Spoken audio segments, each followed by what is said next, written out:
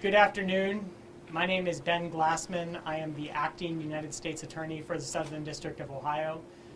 Thanks for everybody for coming this afternoon. I want to introduce the other people who are here at the podium with me. Tim Reagan, the resident agent in charge of the Cincinnati DEA. Chief Browder from Springfield Township Police Department. His team was the officers who responded to the overdose in this case and saved the victim's life and took the investigative steps that made this charge happen. Tom Fallon, the Norwood Police Chief, is the commander of the investigators on the Hamilton County Heroin Coalition Task Force. Tom Synan, Newport Police Chief and Director of the Hamilton County Heroin Coalition Task Force. Sheriff Neal, Hamilton County Coroner Samarco, Dr. Samarco, Lieutenant Brett Isaacs, Lieutenant Colonel Mike John, and Captain Maurice Robinson from the Cincinnati Police. Ben Suver, Special Agent in charge for the Ohio BCI, and of course Attorney General DeWine's office. So we're here today to talk about an indictment that the federal grand jury here in Cincinnati returned just a few hours ago. And of course I should say right off the bat that indictments are just allegations, and the defendants charged are innocent until proven guilty in a court of law. And so I don't want to do anything in this press conference to jeopardize their right to a fair trial by talking in any great detail about the evidence or anything like that. Fortunately, I don't have to do that in order to tell you what is significant about this case. This is a 7-count indictment that charges the two defendants with heroin trafficking, with fentanyl trafficking, and with carfentanil trafficking. This is the first carfentanil trafficking case that we have ever brought in this district. It's the first carfentanil case ever brought, first federal carfentanil case ever brought in the state of Ohio, first federal carfentanil case in the region, and I believe it is the first federal carfentanil indictment ever in the country. Now, this reflects, the fact that we're first reflects a good thing and a bad thing. The bad thing is that we've got a serious opioid problem here in the Southern District of Ohio. The good thing is that we have very nimble, very effective law enforcement, and here I'm talking about the Hamilton County Heroin Coalition Task Force and all of the agencies that collaborate and participate in it that are addressing this problem head-on as far as enforcement goes. Let me tell you a little bit more about the bad thing and the good thing. The bad thing, so you've got heroin, which is a very dangerous, addictive drug. Then you've got fentanyl, which is 100 times more powerful than heroin. Then you've got carfentanil. Carfentanil is an analog of fentanyl, and it is approximately 10,000 times more powerful than morphine. Really, the only legitimate use of carfentanil that I'm aware of is as a tranquilizer for really large animals, and I'm talking like elephants. So you can imagine that if you are on the street and you buy a drug and there is some carfentanil in that, that is extremely dangerous. Extremely dangerous. And unfortunately, we do have carfentanil on the streets of Cincinnati, Hamilton County, and Ohio. The good thing is that the Hamilton County Heroin Coalition Task Force is on top of this situation. Now, of course, if we are going to combat the opioid problem here in the Southern District of Ohio, it requires prevention, enforcement, and treatment. But certainly one of the key components of that is enforcement, and that is what the Hamilton County Heroin Coalition Task Force is doing. I commend the collaboration of all of the agencies involved in this task force, and I think that it really speaks to their effectiveness that they have been able to find these folks who were trafficking in carfentanil as alleged in the indictment, and that we have been able to bring the first federal carfentanil trafficking indictment in the country. Now, I said this is the first federal carfentanil trafficking indictment. It's probably not going to be the last. But my office has been working closely with the task force. We anticipate working even more closely going forward. And certainly we are going to bring to bear, as one of the tools in this opioid fight, all of the prosecutive powers of the United States to try to stop the people who are trafficking in heroin, fentanyl, carfentanil, and all other opioid analogs. So having said all of that, I am going to turn the podium over to Chief Synan, and he will speak, and then turn the podium over to Mr. Special Agent Reagan, and after that I'm going to come back and answer any questions that you have. So, Chief. Thank you. Good afternoon. You know, a little while after that spike happened, many of us stood in front of the media and we sent a strong message to those that were distributing fentanyl and carfentanil that you had done the wrong thing and that you had our attention. I need to make sure that you know that was not a joke. That was not something we were kidding about. We're very serious about that. When I talk about the local, county, state, and federal partners, it is literally every police agency in Hamilton County. It is the Hamilton County prosecutors, the U.S. Attorney's Office, the DEA, all the members of the Hamilton County Police Association, the City of Cincinnati, the Sheriff's Department. It is every law enforcement agency is working together on this issue, and we are determined to put a stop, especially to the poison that's being put on the street with fentanyl and carfentanil. It is a priority of every single agency here, and it is something that we take serious, and we will continue to work with our partners to put a stop to it. I want to send that message out to those people that are pushing this poison. We are looking for you. We will find you. If we have the ability, we will work closely with all the state prosecutors, the federal prosecutors, and if we can make a case on the federal level, we will be asking that you spend a significant portion of your life in jail. I want to turn it over to one of our close partners, Special Agent Tim Reagan with the DEA. I'm willing to answer some questions. I think we can just kind of go into questioning with Ben. But just real quick, I'd like to recognize those agencies that sit on the enforcement side of the task force, the Sheriff's Office, the City of Cincinnati, Norwood PD, the Ohio Highway Patrol, and BCI. So those agencies and their leaders have taken the time to address the people, and are actually starting to send, because based on the success, send more people down to the task force. So in the beginning it was 8, and I know it's the numbers are going up. You've got a couple people from my office now on it. So we're really pleased. This isn't going to be the first case, like Chief said. You know, in this case, resulted from an overdose that the person was saved, brought back with Narcan, and we feel confident that we've identified several other people that may have overdosed based on the distribution in this case.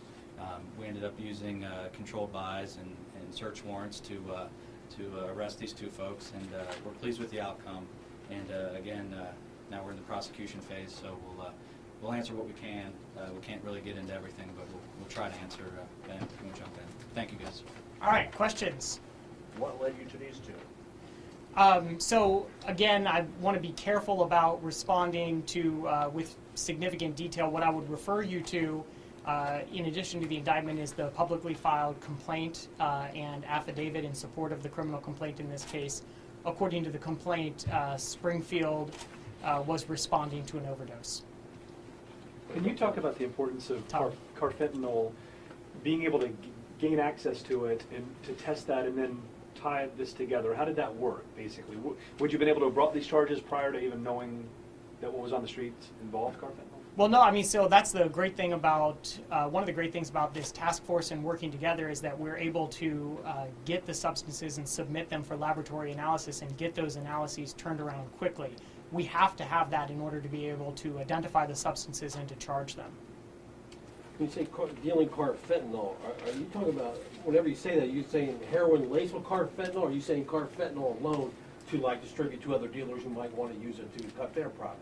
What are you speaking about? I'm talking about the former, laced with. So every time you say dealing carfentanil, you're talking about heroin laced with carfentanil. Well, you know, when you've got these various analogs and fentanyl, carfentanil, heroin, the folks who are mixing this up for sale on the street are not using labs like you might have with a pharmaceutical company. So it's a real mixed bag, which really underscores the danger that I hope people realize when they are out there. You don't know, as somebody who may be buying a drug, you don't know what you're getting. And if you're getting something that contains elephant tranquilizer, that's 10,000 times more powerful than morphine, that's incredibly serious business. But I just wanted a clarification, you're speaking about carfentanil, it's always heroin laced with carfentanil. That's not correct. carfentanil Mix. itself. That's right. Can That's right. you tell us what was found at the location, how much was found, what you guys found? Yeah, no, I'm not going to get into the specifics of results for a search warrant. We're going to reserve that for court.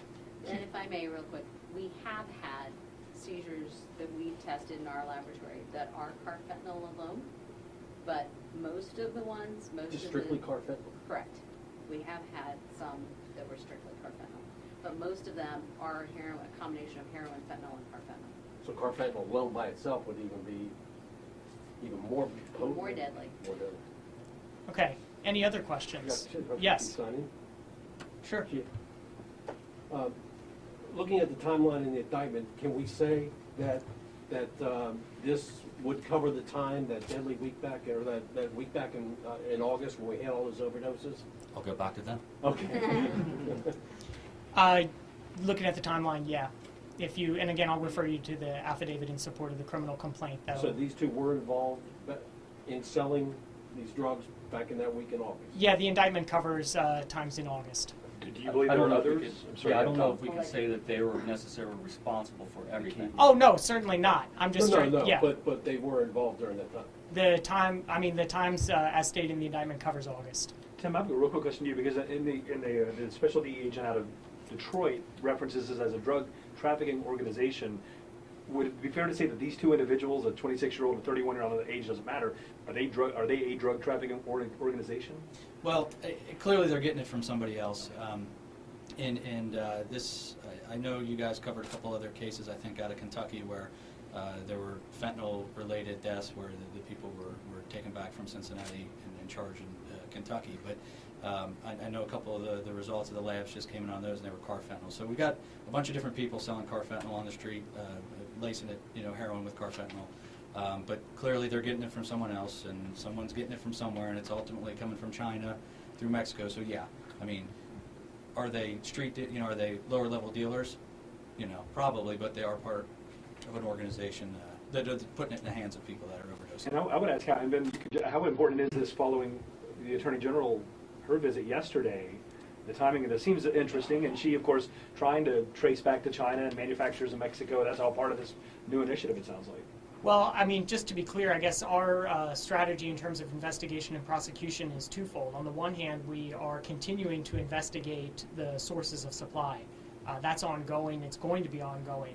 At the same time, if cases come to our attention where somebody has distributed, is selling a drug that is causing overdoses or even deaths, that would be appropriate for prosecution now. There's nothing that's going to stop us from bringing that case now. You mentioned specifically an overdose that led back to these folks. And then in the press release it says,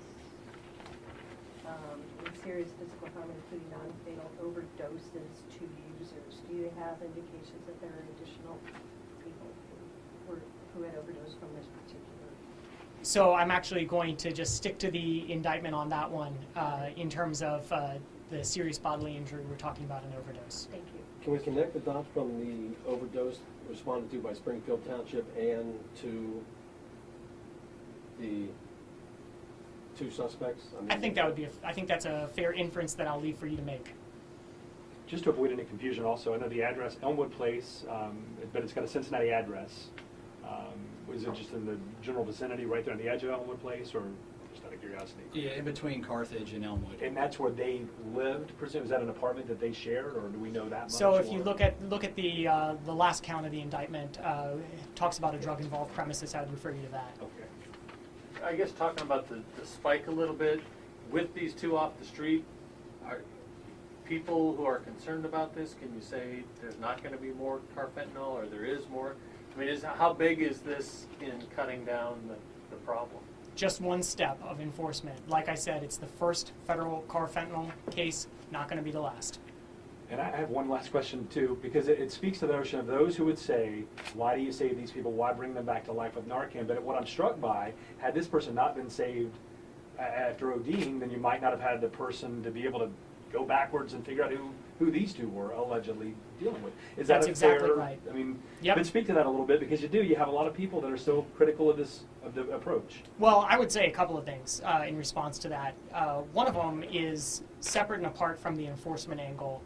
I had the privilege of spending the day yesterday with the Attorney General in Lexington, and I would echo what she said, which is that if life is on the line and we can choose life or death, we should choose life, just period, and end of story as to that.